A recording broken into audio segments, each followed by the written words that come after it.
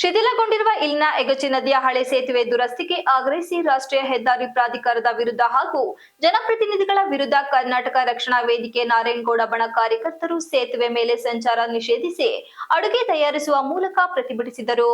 ಪಟ್ಟಣ ಬಳಿಯ ಎಗಚಿ ನದಿಯ ಹಳಿ ಸೇತುವೆ ಬಳಿ ಜಮಾಯಿಸಿದ ಪ್ರತಿಭಟನಾಕಾರರು ರಾಷ್ಟ್ರೀಯ ಹೆದ್ದಾರಿ ಪ್ರಾಧಿಕಾರದವರ ಮತ್ತು ಜನಪ್ರತಿನಿಧಿಗಳ ವಿರುದ್ಧ ಘೋಷಣೆ ಕೂಗಿ ಆಕ್ರೋಶ ವ್ಯಕ್ತಪಡಿಸಿದ್ದರಲ್ಲದೆ ಸೇತುವೆ ಮೇಲೆ ಅಡುಗೆ ತಯಾರಿಸುವ ಮೂಲಕ ಪ್ರತಿಭಟನೆಯನ್ನು ಇನ್ನಷ್ಟು ಚುರುಕುಗೊಳಿಸಿದರು. ಈ ಸಂದರ್ಭ ಮಾತನಾಡಿದ ಕರವೇ ತಾಲೂಕು ಅಧ್ಯಕ್ಷ ಚಂದ್ರಶೇಖರ್, 150 ವರ್ಷ ಹಳೆಯದಾದ ಅಪರೂಪದ ಸೇತುವೆ ಇದು ಅವನತಿಯತ್ತ ಸಾಗುತ್ತಿದೆ. ಪ್ರತಿ ವರ್ಷ ಕರವೇ ಘಟಕದಿಂದ ಪ್ರತಿಭಟಿಸಿ ಎಚ್ಚರಿಸುತ್ತಿದ್ದರೂ ಪ್ರಯೋಜನವಾಗಿಲ್ಲ.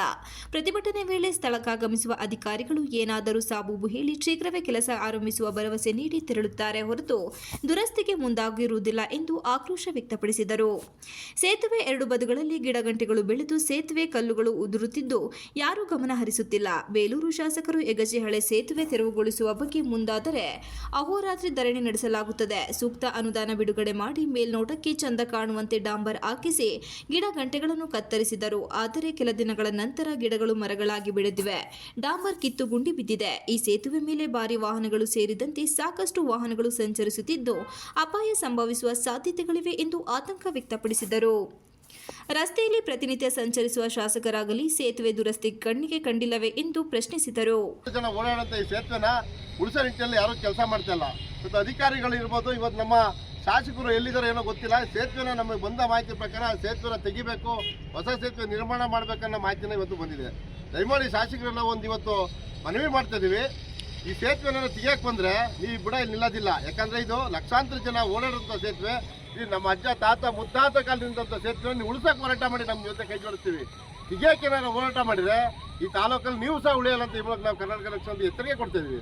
ಯಾಕಪ್ಪ ಅಂದರೆ ಈ ಸೇತುವೆ ಸುಮ್ಮನೆ ಸೇತುವೆ ಅಲ್ಲ, ಇದು ಒಂದು ಮಾನ್ಯುಮೆಂಟ್ ಇದ್ದಂಗೆ. ಇದು ದೇವಸ್ಥಾನ ಯಾವ ಥರ ಅದೇ ರೀತಿ ಸೇತುವೆ.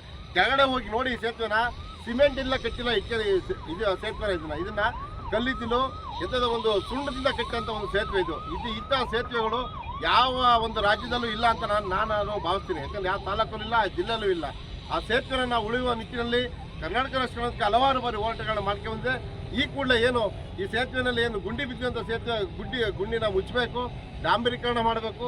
ಆ ಕಡೆ ಈ ಕಡೆ ಏನು ಕಲ್ಲಿದ್ದಕ್ಕೆ ಬಣ್ಣವನ್ನು ಹೊಡೆಯುವಂಥ ಕೆಲಸನ ಮಾಡಬೇಕು. ಮಾಡಲಿಲ್ಲ ಅಂದರೆ ಕರ್ನಾಟಕ ರಾಷ್ಟ್ರಕ್ಕೆ ಇವತ್ತು ಏನು ಅಡುಗೆ ಮಾಡಬೇಕಂತ ಹೋರಾಟ ಮಾಡ್ತಿದೆ. ಅಹೋರಾತ್ರಿ ಧರಣಿ ನೀವು ಸೇತುವೆಯಿಂದ ಮಾಡ್ತಾ ಈ ಮೂಲಕ ಅಧಿಕಾರಿಗಳಿಗೆ ಮತ್ತು ರಾಜಕಾರಣಿಗೆ ಮತ್ತು ತಾಲೂಕು ಆಡಳಿತಕ್ಕೆ ಎಚ್ಚರಿಕೆಯನ್ನು ಕೊಡ್ತಿದ್ವಿ. ಎಗಚಿ ಸೇತುವೆನ ಉಳಿಸಿ ಅಂತ ಹೋರಾಟ ಮಾಡ್ತಾ ಇದ್ದೀವಿ. ನಮ್ಮ ತಾಲೂಕಿನಲ್ಲಿರ್ತಕ್ಕಂತಹ ಜನಪ್ರತಿನಿಧಿಗಳೇ ನಾಚಿಕೆ ಆಗಬೇಕು.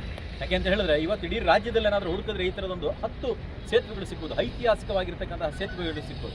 100 ವರ್ಷಗಳ ಹಿಂದೆ ಜನರಿಗೆ ಒಂದು ಸಂಪರ್ಕ ಕೊಂಡಿಯಾಗಿ ಕೆಲಸ ಮಾಡಿರ್ತಕ್ಕಂತಹ ಒಂದು ಸೇತುವೆನ ನಾವು ಯಾರು ಕೂಡ ನಿರ್ಲಕ್ಷ್ಯ ಮಾಡೋದಕ್ಕೆ ಸಾಧ್ಯ ಇಲ್ಲ. ಅಧಿಕಾರ ವರ್ಗ ಇರ್ಬೋದು, ಜನಪ್ರತಿನಿಧಿಗಳು ಇದನ್ನು ನಿರ್ಲಕ್ಷ್ಯ ಮಾಡಿ ಬೇರೆ ರೀತಿಯಾಗಿರ್ತಕ್ಕಂತಹ ನಿರ್ಧಾರಗಳನ್ನು ತೆಗೆದುಕೊಳ್ಳೋಕೆ ಹೋದರೆ ಕರ್ನಾಟಕ ರಕ್ಷಣಾ ವೇದಿಕೆ ಯಾವುದೇ ಕಾರಣಕ್ಕೂ ಕೂಡ ಸುಮ್ಮನೆ ಕೂರೋದಿಲ್ಲ. ಯಾಕೆಂತ ಹೇಳಿದ್ರೆ ಭಾಳಷ್ಟು ಜನ ವಿದ್ಯಾರ್ಥಿಗಳಿಗೆ, ಇಂಜಿನಿಯರ್ ವಿದ್ಯಾರ್ಥಿಗಳಿಗೆ ಇದೊಂದು ದೊಡ್ಡ ಮಟ್ಟದ ಒಂದು ಸವಾಲು. ಈ ಒಂದು ಸೇತುವೆ ಯಾವ ರೀತಿ ಕಟ್ಟಿದ್ದಾರೆ, ಹೇಗೆ ಕಟ್ಟಿದ್ದಾರೆ ಅಂತ ಹೇಳಿ ಕಲಿಕೆ ಮಾಡೋದಕ್ಕೆ ಒಂದು ದೊಡ್ಡ ಮಟ್ಟದ ಒಂದು ಅವಕಾಶ ಇಲ್ಲಿ ಮಾಡಿಕೊಡೋದಕ್ಕೆ ಅವಕಾಶಗಳಿದೆ. ದಯಮಾಡಿ ಇಲ್ಲಿರ್ತಕ್ಕಂಥ ಅಧಿಕಾರಿಗಳು ನಾವು ಪದೇ ಸ್ಟ್ರೈಕ್ ಮಾಡೋದು, ನೀವು ಅದನ್ನು ಮುಚ್ಚೋದು, ಆ ಥರದ ಕೆಲಸ ಮಾಡಿಬಿಡಿ. ಇದಕ್ಕೆ ನಿರಂತರವಾಗಿರ್ತಕ್ಕಂತಹ ಒಂದು ಅನುದಾನದಲ್ಲಿ ನಿರಂತರವಾಗಿ ಕೆಲಸ ಮಾಡ್ಕೊಂಡಿದೆ. ಸರಿಯಾದ ರೀತಿಯಲ್ಲಿ ದುರಸ್ತಿ ಮಾಡ್ಕೊಂಡು ಹೋಗ್ತಕ್ಕಂತಹ ಕೆಲಸವನ್ನು ಅಧಿಕಾರಿಗಳು ಮಾಡಬೇಕು.